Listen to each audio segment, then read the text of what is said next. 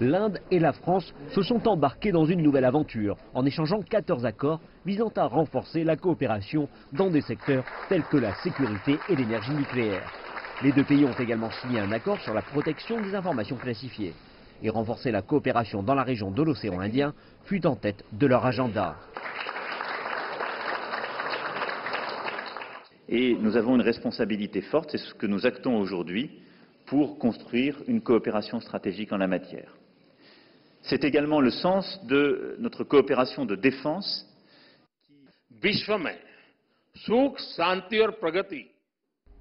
Nous espérons tous deux que la région de l'océan Indien jouera un rôle important dans le bien-être, le progrès et la prospérité du monde à l'avenir, que cela concerne la sécurité maritime, les ressources marines ou la liberté de navigation ou de survol, et nous nous engageons à renforcer notre coopération dans ces secteurs.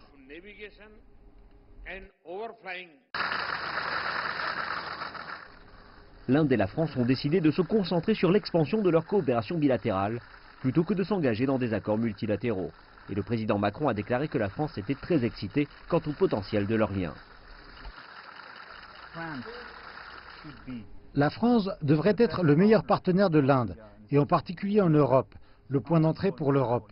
Et je rêve de voir de plus en plus de citoyens indiens venir en France, étudier, devenir entrepreneurs, créer des start-up.